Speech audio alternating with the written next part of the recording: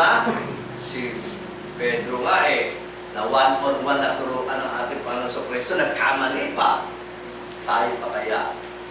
Na hindi tayo direktang natuturuan ng ating Panginoon Kristo, hindi tayo direktang natuturuan ng mga apostol, kundi naririnig lang natin ang ating mga preacher ayon doon sa mga binabasa niya sa banal na kasulatan. Palagay niyo ba mas magaling tayo kay Pedro? Ha? Na sa isang buwan, isang beses lang tayo magkakatipo, maintindihan na natin ang saway, ang aral ng Panginoon. Sa isang taon,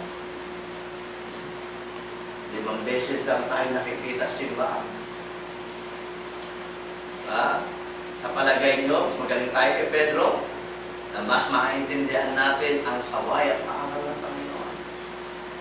So, ang susi po para sa mga magulang upang huwag maapektuhan ang kanyang pamilya ay magsipag siya dumalo sa tuwing unang araw sa linggo upang sa gayon siya bilang ama ay hindi niya maipamangkahi ang kanyang anak sa galit ng Panginoon sapagkat alam niya ang saway at aral ng Panginoon dahil ito'y napapakinggan niya sa tuwing araw ng pagkakatipo. Yung mga asawang babae, sabi doon, gayon din naman kayong mga asawang babae. No? Pasakot kayo sa inyong sari-sariling asawa. Upang kung ang ilan ay hindi tumalima sa salita, ay mahikayat na walang salita, so magkita ng ugali ng kanya-kanyang asawang babae. Kita nyo, kaya minsan may mga babae, ayaw pasakot sa asawa. Napangiti si sister. Bakit? Hindi niya naririnig ito na itinuturo pala ito sa Biblia. Ang naririnig niya, kung ano itinuturo sa Biblia, naririnig niya si Boy Abunda. Yung TV, ang naririnig niya. At kung ano-ano mga, di ba? Kaya, kalimitan sa ngayon, pansin ninyo, may mga babae hindi nagpapasakot sa kanyang asawa. At kung ikaw naman ay may asawang hindi Kristiyano, may mga babae na imbis na mahikayan niya yung asawa niya, siya ang nahihikaya. Bakit? Hindi nga siya nakipagtipon. Hindi niya naririnig yung mga aral na para sa gano'n ay matuto siya, ma-equip siya upang upang kung siya ay isang babaeng may asawang Kristiyano ay mapasakop siya at kanyang asawang Kristiyano o kaya siya ay babaeng may asawang hindi Kristiyano ay mahikayat niya yung kanyang asawa na hindi na siya nagsasalita kundi sa kanyang mga ugali at mga gawa.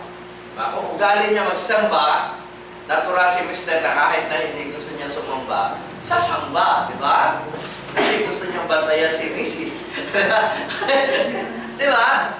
Kahit hindi niya gusto yung reliyon ni Mrs., dahil si Mrs. ay laging sumasamba, si Mr. sasamba na rin. At pagdating ng araw, kahit na hindi nagsasalita si Mrs., dahil nga pasasakot sa kanyang asawa naririnig naman si preacher na nangangaral sa kanyang asawa, darating ang araw na yung kanyang asawa ay mahihikaya. Pero kung absent ka sa pagkakatipon, paminsan-minsan ka lang dumadalo, anong espiritual na pagkain ang naibubusog mo sa iyong katawan upang mahikayat mo ang iyong mister o ang iyong asawa para siya ay mahikayat sa Panginoon. Diba? So, wala bang epekto ito sa pamilya?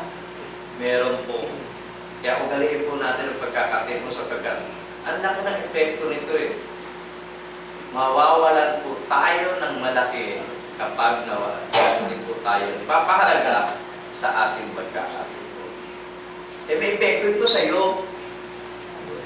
Isipin mo na lang ikaw, kung ikaw makasarili, isipin mo na lang ikaw, may epekto rin ito sa iyo Kung hindi ka nakikipagtipon, nasabi na, kundi ang kanyang kasiyahan ay nasa kautusan ng Panginoon at ang kautusan niya ay nagbubulay-bulay siya araw at Ito yung mga tao ng Diyos eh.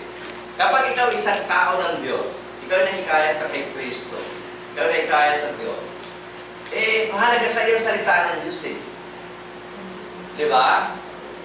Uhaw ka. Kasiyahan mo malaman ang kautusan ng Diyos lagi.